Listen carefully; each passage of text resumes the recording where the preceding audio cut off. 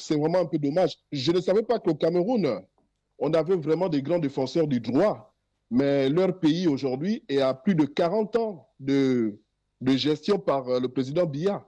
Les partisans de M. Kamto sont enfermés. Il y a des gens qui connaissent le droit comme ça.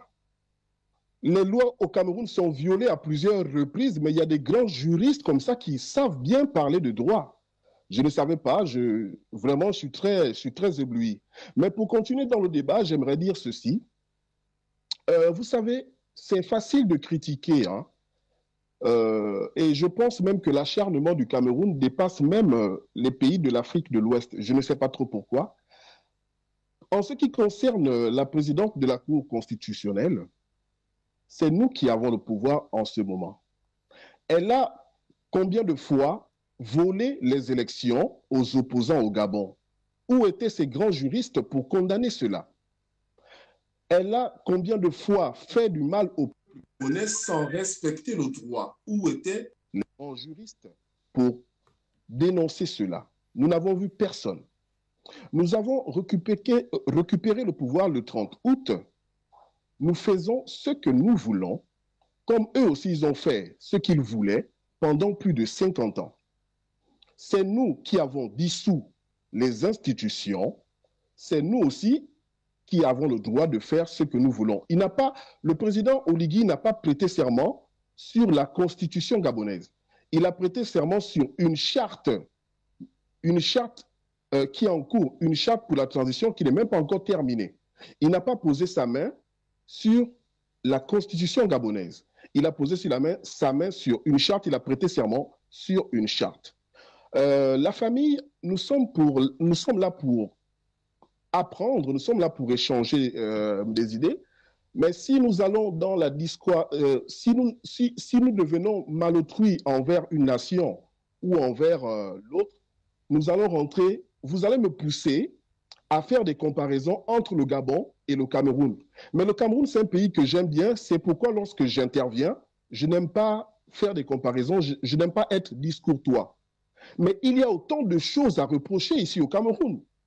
Et je n'ai jamais vu mon ami Ndam se lever pour condamner Paul Biya. Il y a autant d'injustices au Cameroun que les institutions exercent contre les populations. Et depuis plus de 40 ans, je n'ai jamais vu ces genres d'opinions tenues. Paul Biya n'est pas différent dans ses agissements que Omar Bongo ou encore Ali Bongo. Le Gabon et le Cameroun vivent les mêmes difficultés, vivent les mêmes choses. Je ne vous permets pas de prendre le Gabon de haut, comme si c'était un pays où les gens sont idiots ou bien on ne sait pas où on va. Ça, je vous l'interdis. Et je suis obligé d'hausser le ton parce que je pense que si nous voulons avancer, nous devons avoir un tout petit peu de respect. Sinon, moi, je vais déjà prendre aussi des exemples au Cameroun, un à un, qui vont vous démontrer que tout ce que vous dites, c'est du bavardage et que vous n'arrivez pas à l'appliquer dans votre propre pays. Respectons-nous. Nous sommes de l'Afrique centrale, je suis Gabonais, vous êtes Camerounais, nous sommes des frères. J'ai l'impression que ce que nous faisons au Gabon vous dérange plus que même les Africains de l'Ouest. Vous êtes même le plus grand défenseur d'Ali Bongo, vous êtes même le plus grand défenseur du PDG, vous êtes même le plus grand défenseur de tout ce que les Gabonais ne veulent plus entendre parler aujourd'hui au Gabon. Vous savez, la politique, c'est quelque chose de très glissant. Vous pouvez avoir une vision globale du droit, mais vous n'êtes pas sans ignorer qu'il existe des lois et l'esprit des lois.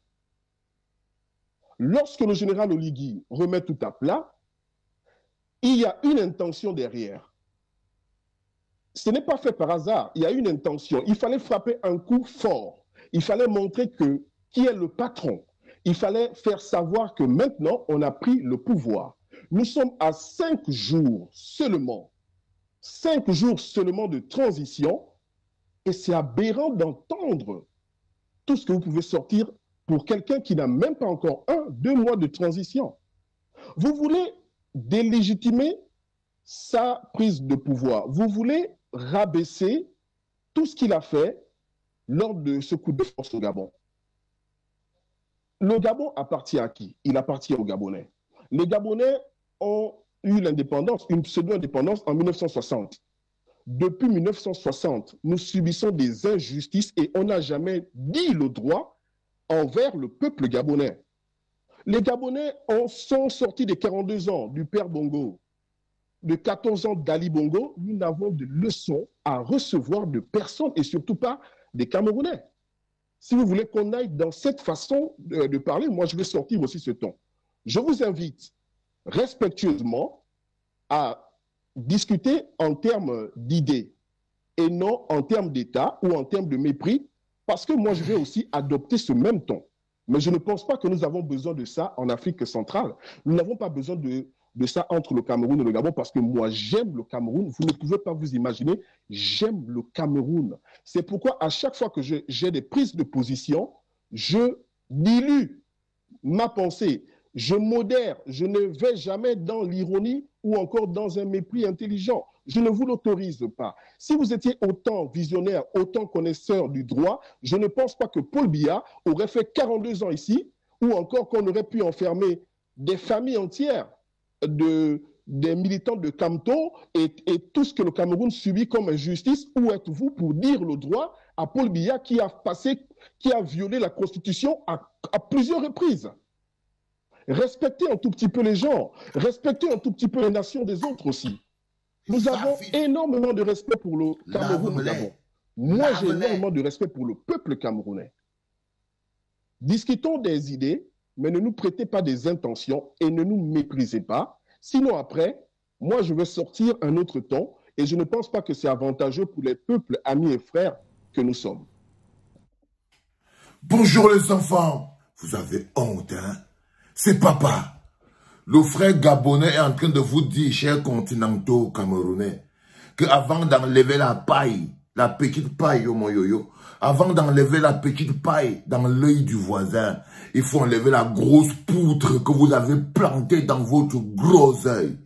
Bienvenue dans le premier podcast de la journée, les enfants. Bienvenue à la clinique. D'abord, je vais commencer par te dire, frère gabonais, bravo.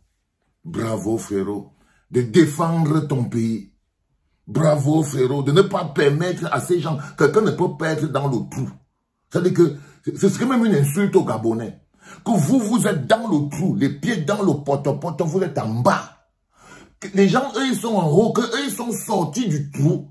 Vous leur donnez les leçons de comment sortir du trou. Aïe, les Camerounais, votre capacité à atteindre le niveau ici. C'est-à-dire que vous êtes dans le trou. Il y a des gens qui sont sortis du trou. Ils sont maintenant en train de voir comment ils peuvent nettoyer leurs habits pour bien s'organiser et arranger. C'est là où les Gabonais ils sont. Vous êtes dans le trou, hein, et vous jugez la manière de comment les Gabonais ils sont sortis du trou. La jalousie. Chers frères Gabonais, pardonnez ces jaloux Camerounais. C'est la jalousie de leur faiblesse qui les dérange. C'est quand ils ne peuvent pas faire que je commence à blablater, frères Gabonais. Pardonnez à ces Camerounais, ils sont jaloux. Ils sont jaloux de votre liberté, ils sont jaloux de votre courage. Ils sont jaloux même de votre autodétermination. Ils sont jaloux parce qu'ils auraient aimé que ça se passe au Cameroun. C'est l'envie. Ils sont aussi envieux, frères Gabonais. Ils vous envient. Ces Camerounais qui se lèvent tous les jours, venir faire de l'intellectualisme sur ce qui se passe au Gabon, c'est ça, ils vous envient. Ils essayent de banaliser. Ils sont comme ça, ces Camerounais. Oh, frères Gabonais, ne les écoutez pas. N'écoutez pas ces Camerounais malbouches, qui à force de ne pas pouvoir faire quelque chose pour leur propre vie, ont commencé à croire que leur travail est de faire des choses pour la vie des autres. Ils sont même pas capables de balayer le devant de leur cour, frère Gabonais. Ils sont même pas capables de balayer le devant de leur cour. Ils sont pas capables. Mais ils sont capables de parler de la poubelle, des petites poubelles bien nettoyées, de la cour bien nettoyée de quelqu'un en disant ce n'est pas bien nettoyé. Frère Camerounais, ce que le frère Gabonais vous dit, c'est de foutez la paix au Gabon. Laissez le Gabon respirer. Laissez les Gabonais structurer leur vie à la gabonaise. Ils sont 2,5 millions. Ils n'ont pas besoin de beaucoup de temps pour trouver un accord et vivre ensemble. Ils peuvent partir de là et faire ce qu'ils ont à faire. Vous n'allez pas continuer à leur gâcher leur respiration.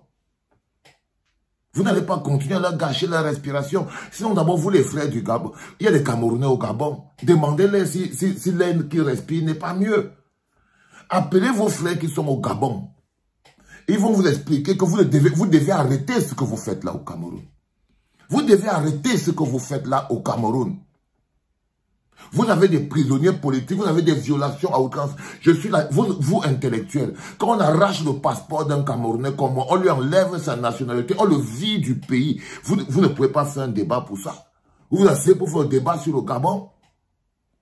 Non, les gars. Alors le gars essaie de vous dire que laissez les Gabonais respirer. Et ce message, c'est pour un grand frère aussi, Albert Ondo Ossa. Grand frère, peut-être dire quelque chose, mon grand frère Albert Ondo Ossa. La politique, le plus grand perdant de ce coup d'État, c'est lui. C'est Albert Ondo Ossa.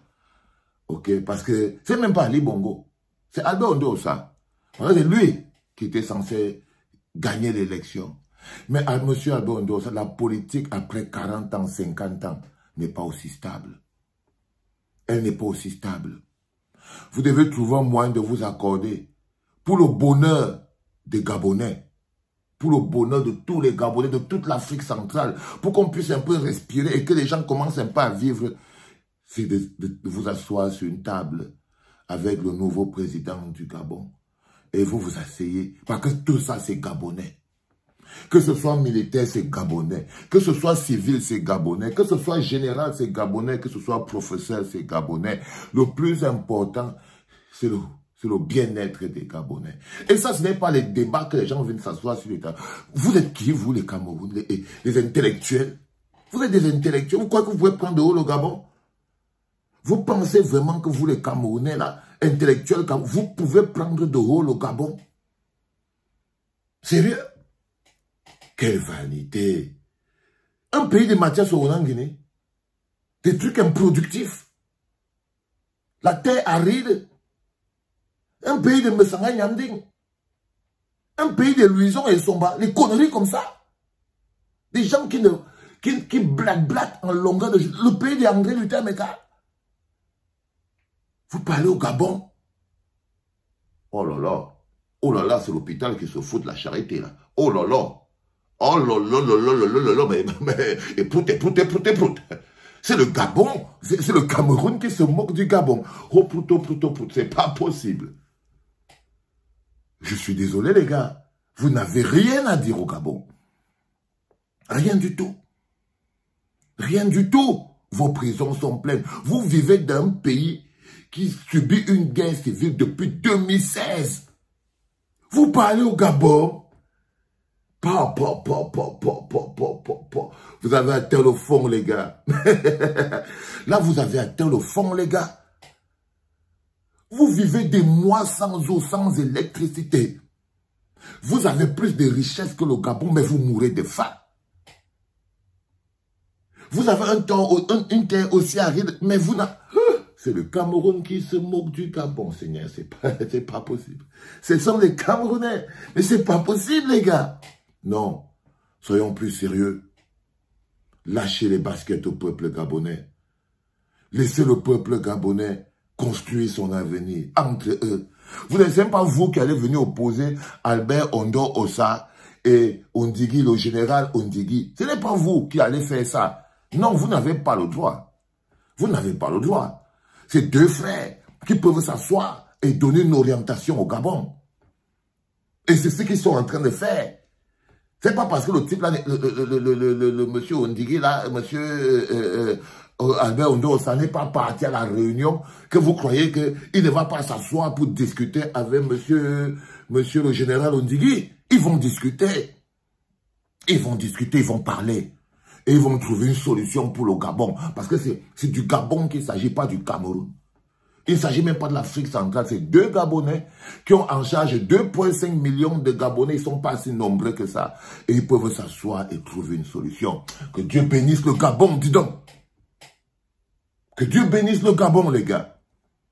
Il faut arrêter avec vos conneries. C'est-à-dire, quand je vous vois, vous, Camerounais, vous acharnez de cette manière, sans honte. Ça veut dire que vous êtes vraiment les nés avant la honte. Un peuple de nés avant la honte, les Camerounais. Un peuple de nés avant la honte. Vous parlez au Gabon. Ils viennent s'asseoir sur les plateaux. L'autre a porté le complet. L'autre a porté le chapeau. Je pense que... Donc vous pensez. Franchement, les enfants, il y a des jours où il vaut mieux la fermer, quoi, vous voyez. Il y a parfois, il faut la fermer. Que Dieu bénisse le Gabon, les enfants. Force à vous, peuple gabonais. Monsieur Ndigi, Monsieur Albert Ondosa, le monde vous regarde. Les Gabonais vous regardent. Fermez la bouche à tous ces gens. Vous n'avez aucun compte à rendre à personne dehors, à part aux Gabonais. À part aux Gabonais. Vous n'avez pas besoin d'engager notre front de bagarre. Si j'étais Gabonais, ce serait le moment de pacifier le pays, pas d'organiser une autre lutte. C'est-à-dire que qui que ce soit, si j'étais, c'est le moment de pacifier le pays, pas d'organiser une élection ou quelque chose comme non. Non, parfois il faut laisser un peuple respirer. Et le peuple gabonais veut respirer. Que Dieu bénisse le Gabon, les enfants. C'était papa.